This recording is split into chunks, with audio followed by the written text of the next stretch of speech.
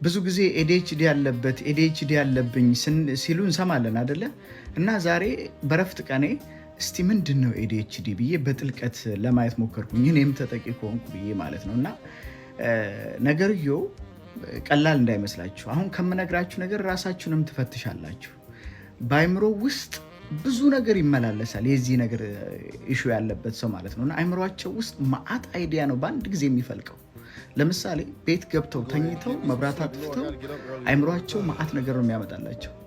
ቀን ያወሩት ነገር ይመጣባቸዋል። እደውላለሁ ብለው የረሱት ይመጣባቸዋል። ተነስተው ልብሳቸው ማጣጠፍ እንዳለባቸው ሊያስቡ ይችላሉ። ኢሜል አልመለስኩም ይላሉ። እንደሌላው ሰው ደህና አደሩ ብሎ እርፍ ብሎ ያለመተኛት ነገር። አይምሮአቸው ብዙ ነገር ነው የሚመላለሰው። ኪችን ውስጥ ገብተሽ ቲቪም ከፍተሻል፣ ኩክ እያረግሽ ነው። ስልክ ደግሞ ደውለሽ እያወራሽ ነው። በአንድ እጅ ደግሞ ስክሮል እያረግሽ ነው። እና ሁሉንም ነገር በአንድ ላይ ለማድረግ የመሞከር ሀሳብ ብትንትንትን ማለት በጣም ፈጣኖች ናቸው። ችግሩ ምንድነው? የመርሳት ነገር ስላለ ስክሮል እያረገሽ ስልክሽን እያወራሽ ወጡ እዛ ጋ ግን አድሯል።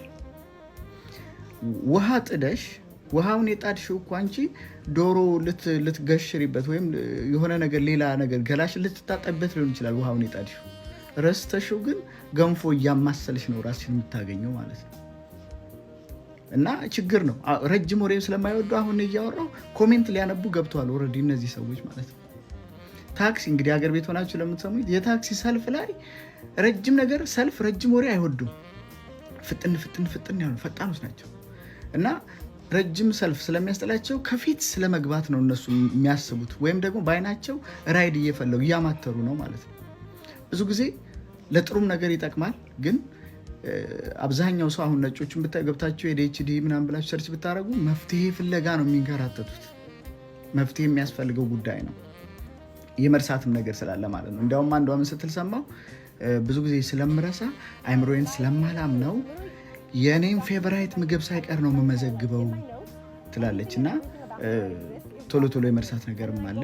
ቢዝነስ እዚህ ጋር የመጀመር እዛ ጋር የመጀመር እዚህ ጋር የመጀመር ማአት ነገር በአንዴ መጀመር፣ ወይም ደግሞ ዛሬ የጀመራችሁት ነገር ወዲያው ያስጠላችኋል። እስቲ በደንብ እንዲገባችሁ አንድ ያየሁትን ቪዲዮ ላሳያችሁ። እሺ አሁን እዚህ ጋር ኤዲኤችዲ ያለበት ሰውና ኤዲኤችዲ የሌለበት ሰው ብሎ ነው የጀመረው። ኤዲኤችዲ የሌለበት ሰው ጀመረ። ፍሪጁን ከፍቶ የሚፈልገውን ነገር ያውቃል።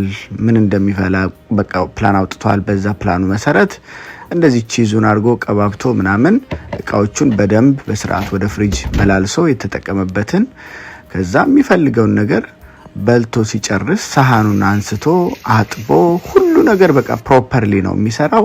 ጥንቅቅ ያሉ ናቸው። በቃ እንደዚህ